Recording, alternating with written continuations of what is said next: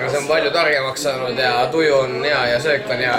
Mulle meeldib see väga, siis on nii palju erinevaid töötubasid, kus saab olla. Ei tea. Mulle väga meeldib. Really cool.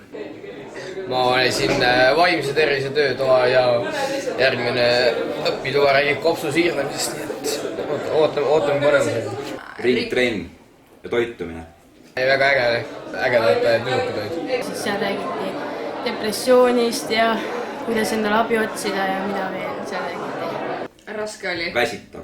Ma olin snäki lauadus kogu aeg. Muidugi meeldib, süüa saab ja homme on vaba päev ja noh, kellele see meeldiks, ma arvan. Muidugi meeldib. Vägagi. Jaa, mulle meeldib see väga.